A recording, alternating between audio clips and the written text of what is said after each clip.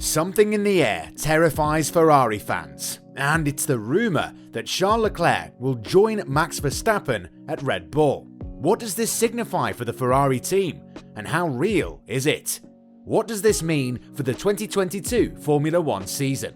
Well, if you ask some people, the 2022 Formula 1 season had already come to an end after just 3 races, and it seemed like Charles Leclerc, with his excellent start, was on course for a podium finish. But something happened at Imola that seems he threw it away. What happened? Let's find out in this video. Ensure that you watch to the end. In 2018, Charles Leclerc made his Formula 1 debut for Sauber, a Ferrari-affiliated team where he was a member of the Ferrari Driver Academy. After finishing last the year before, Leclerc spearheaded the charge to move Sauber up to 8th in the constructors' standings, and he was the higher ranked of the 2 Sauber drivers. Thereafter, Leclerc's contract was drafted for him to drive for Ferrari beginning in 2019 through the end of the 2024 season. Since then, he's been accomplishing one feat after the other. At the 2019 Bahrain Grand Prix, he earned 2nd place in the Formula 1 driver age rankings by securing pole position. That same year, Leclerc won his maiden race in Belgium, making it his first career triumph in the country. Also in the 2019 season, he became the youngest driver to win the pole trophy. And after 2 seasons of winless racing in uncompetitive vehicles, Ferrari bounced back in 2022 to halt Leclerc's winless streak and see him take an early lead in the title. According to the Italian media, in the second part of last year, Charles Leclerc was to join Red Bull Racing in 2022 with Max Verstappen, based on Sergio Perez's temporary non-renewal with the Austrian team. Even though he has a contract with Ferrari that expires in 2024, there are numerous reasons why the Monegasque could depart the team. Both the potential for a very competitive car that meets expectations, and Sergio Perez's temporary refusal to prolong his contract with the Austrian team. Many people are skeptical of what could be some surprising news, and the idea of excellence between 2 young and promising drivers like the Dutchman and the Monegasque. The Monegasque has always complimented Ferrari and expressed his gratitude for the opportunity to compete for them. However, according to multiple sources, the contract contains a clause allowing him to end the professional partnership early if the minimum targeted results are not met. Ferrari had a bad season 2 years ago. Their car, which they planned to use to celebrate their 1000th F1 Grand Prix at Mugello, was a disaster. They didn't win a race and placed 6th in the constructors' standings, a low point that they hadn't reached in 40 years.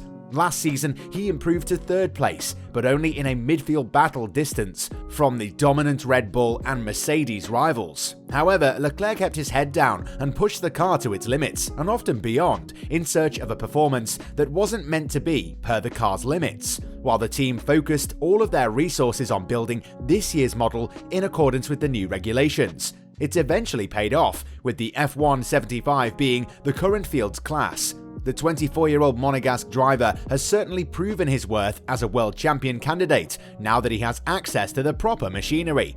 Prior to the last race, Leclerc enjoyed a 2-race winning streak. Victories of this caliber are rare. Max Verstappen, his supposed partner if he joins Red Bull, was no match for him in Bahrain, and he won the final race in Australia with an almost faultless performance from pole to flag.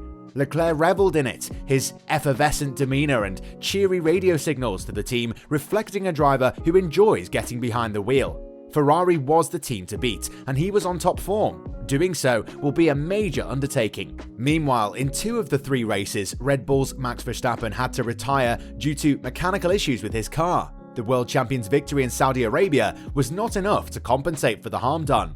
With Mercedes still unable to catch up to Red Bull and Ferrari in terms of performance, Max Verstappen was supposed to be the driver at the front of the pack. He had a much more daunting task ahead of him.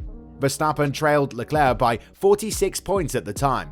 Since the 25 points for a win system was introduced in 2010, the Dutchman had to overcome the greatest points disadvantage since then in order to retain the title. However, there were only 4 more races following the 3rd race.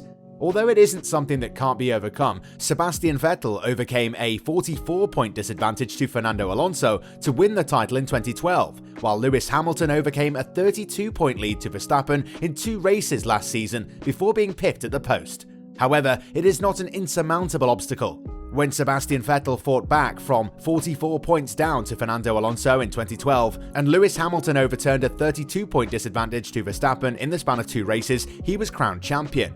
Charles Leclerc had 71 points from 78 points headed into the Imola weekend after 2 wins and a second, with George Russell second in the standings. However, Max Verstappen took advantage of a mistake by Charles Leclerc. Verstappen trailed Leclerc by 46 points heading into the weekend. He walked away from the race with a 27-point deficit to the Monegasque in the championship.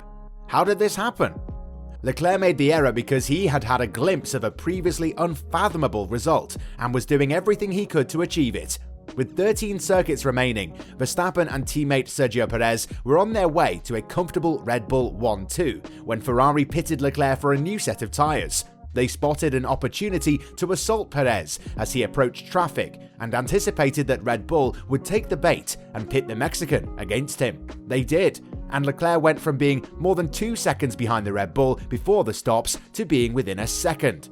The Variante Alta chicane was the one location on the circuit where Leclerc was consistently faster than Perez. Before the DRS overtaking zone, there are just 2 Rivazza turns left.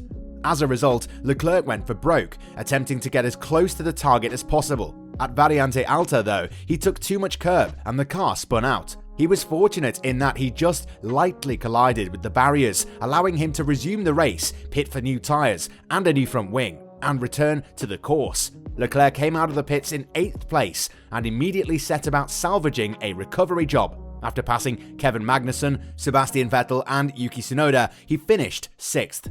Verstappen earned the maximum 25 points for the win, as well as the fastest lap point and 8 points from the sprint. Verstappen now has 59 points in the championship, while Leclerc has 86. It was Leclerc's first major blunder of the season, and it was reminiscent of earlier errors from prior years when Ferrari was less competitive. He would occasionally go too far in attempting to get results the vehicle did not deserve. The same thing happened in Imola, but he realizes he needs to rethink his strategy now that he has a competitive car and must deliver every weekend if he wants to compete with Verstappen and Red Bull for a year. That was the first Red Bull 1-2 since the 2016 Malaysian Grand Prix, and it was exactly what they needed to get their season back on track, following a terrible weekend in Melbourne, where Verstappen retired for the second time in 3 races due to a fuel line break. After Imola, the chances of anyone else joining the two-way fight at the front are as remote as they've ever been. Leclerc's error allowed Lando Norris to win the final podium spot for McLaren, as he did at the same track last year. Even though McLaren has improved dramatically and consistently since their dismal start to the season, Norris was approximately a second a lap slower than the Red Bulls and Ferraris, a gap that rarely closes in a single season in Formula 1. There was one shining star for reigning world champions Mercedes in the form of George Russell, who rose from 11th starting position to 6th after the first lap, and might have challenged Norris for 3rd if the team hadn't suffered a technical failure during Russell's pit stop, preventing him from adding the front downforce necessary to keep the car balanced on slicks. On the other hand, Lewis Hamilton had the worst weekend of his life and finished in a disappointing 13th place. He got stranded in DRS trains in both the sprint race on Saturday and the main Grand Prix, where a group of cars is running together, each with the benefit of the overtaking aid, and no one can pass. Although there is no reason to suppose Hamilton would have been slower in free air than Russell, Hamilton was never given the opportunity to demonstrate his real speed. Mercedes' title ambitions were all but extinguished on Saturday. The 7-time winner kept his media appearances to a bare minimum on Sunday. Astonishingly terrible high-speed aerodynamic bouncing or porpoising on the straight was the Mercedes car's most notable track failing. As Wolff said after the race, "You see the bouncing on the main straight. I wonder how the two of them can even keep the car on the track at times." When asked about Hamilton's performance, he apologized to him on behalf of the team. To keep the bouncing under control, Mercedes must run the car at a higher ride height than they prefer.